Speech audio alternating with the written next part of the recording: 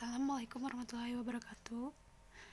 Di sini kami akan menjelaskan tentang question type in English test. Yang pertama multiple choice, yang kedua gut feeling, yang ketiga close passage, keempat short answer and essay, 5 transformation, 6 error correction, 7 matching, 8 true false, dan yang terakhir rearrange sentence. Yang pertama itu multiple choice. Perintah yang biasa ditemukan dalam multiple choice itu diawali dengan circle, underline, select, dan choose. Contohnya circle the right answer, select the right answer. Contoh soalnya, what ... this weekend. Ini contoh yang contextualize. Dan yang kedua, contoh yang decontextualize. When I was 12 years old, I used to ... every day. Soal pilihan ganda terdiri dari pokok soal, stem, dan pilihan jawaban, option. Pilihan jawaban terdiri atas kunci jawaban dan pengecoh. Kunci jawaban ialah jawaban yang benar atau paling benar. Pengecoh merupakan jawaban yang tidak benar. Dan jenis tes ini kelebihannya sangat efisien, praktis, dan mampu memberikan informasi yang terpercaya. Selain juga objektif, seragam dalam penilaian, mudah dalam pelaksanaan, dan ekonomis.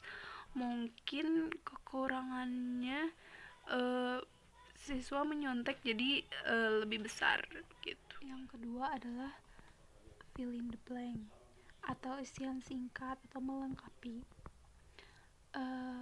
Perintah yang biasa ada dalam melengkapi ialah fill in gaps, fill in blanks, add, complete with the right answer.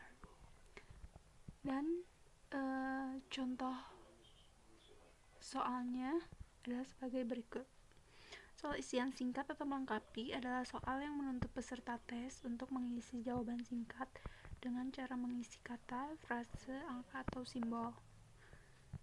Sebaiknya hanya satu bagian dalam ratio butir soal dan paling banyak 2 bagian supaya tidak membingungkan siswa. Dan ini contohnya dua isian dalam satu soal.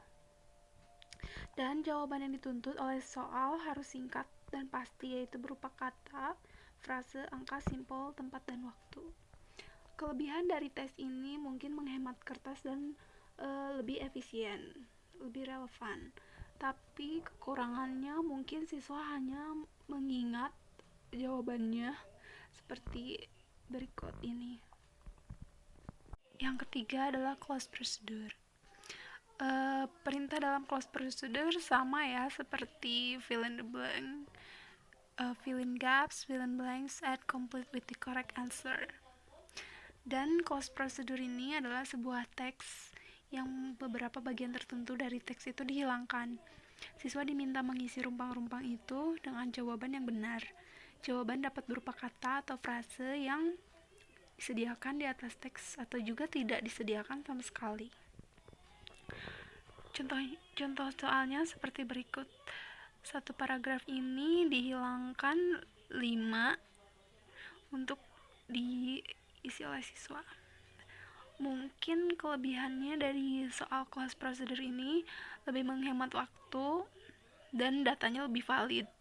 Mungkin kekurangannya untuk siswa harus menyusun kata, mengolah kata sedemikian rupa untuk dapat mengisi dari close procedure ini. Yang keempat adalah jawaban singkat atau pendek. Soal dengan bentuk jawaban singkat atau pendek adalah soal yang jawabannya berupa kata, kalimat pendek, atau frase terhadap suatu pertanyaan. Pertanyaan langsung atau kalimat perintah.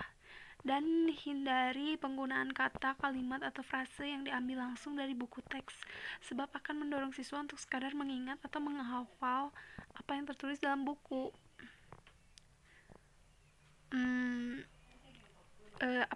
Perintah yang biasa ada dalam jawaban singkat atau pendek: bacalah teks di bawah lalu jawab pertanyaan dengan benar.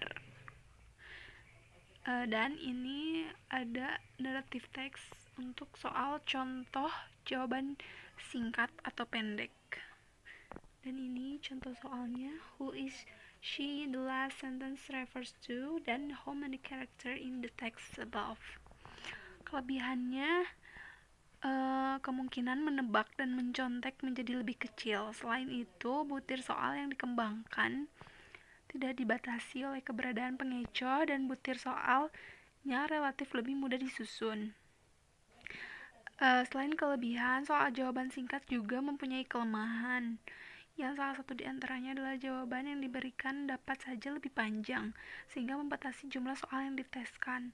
Selain itu, peserta tes juga harus memproduksi sesuatu untuk merespon soal, sehingga selain waktu yang dibutuhkan lebih panjang, juga membutuhkan keterampilan lain seperti keterampilan menulis. Tes ini berisi pertanyaan yang harus dijawab dengan jawaban pendek dalam 1-2 kata saja. Yang kelima adalah soal transformation. Perintahnya change the following sentence into active passive voice untuk contoh soal di sini. Dan kelebihannya mungkin menghemat waktu dalam membuat soal, dan kekurangannya mungkin siswa harus mengingat tentang active passive voice. Contohnya, Mommy cleans the room every day. Jadi the room is cleaned by Mommy every day. Sekarang kita membahas tentang error correction. Error correction is useful for testing grammar and vocabulary as well as reading and listening. Jadi error correction ini adalah tes tentang pemahaman grammar dan kosakata di penulisan maupun pendengaran. Contohnya adalah the median of annual mother working hours has increased dramatically by 960 hours since 1972 and 2012. Jawabannya adalah sains. Kenapa sains? Karena biasanya sains digunakan hanya dalam satu waktu. Nah, di kalimat tersebut ada dua waktu, yaitu 1972 dan 2012. Berarti bukan sains jawabannya. Disadvantages is allow speculation in charge. Jadi karena biasanya siswa itu tidak menemukan atau tidak menyadari yang kata yang salah itu yang mana, jadi biasanya siswa itu ngasal menjawabnya. Nah, kelebihannya adalah banyak kosakata atau grammar baru yang dapat dipelajari oleh siswa. Selanjutnya adalah matching. Matching to complete assessment activity. You must select one item from each or two columns. The two items must fit together correctly based on the assessment direction. Jadi matching ini adalah penyocokan satu item di dua kolom yang berkesinambungan. Contohnya ada di bawah ini. Foundation diaplikasikan di muka, berarti foundation harusnya ada di face. Nah, biasanya untuk menuliskan jawabannya, orang-orang biasanya menggunakan panah atau menuliskan nomor yang benar. Kekurangan dari matching adalah gampang ditebak, dan kelebihannya adalah melakukan jawaban atau menjawab pertanyaan dengan cepat. False test. True false test contains statement that the student marks as being either true or false. Jadi ini adalah kalimat yang membenarkan atau mensalahkan sebuah kalimat.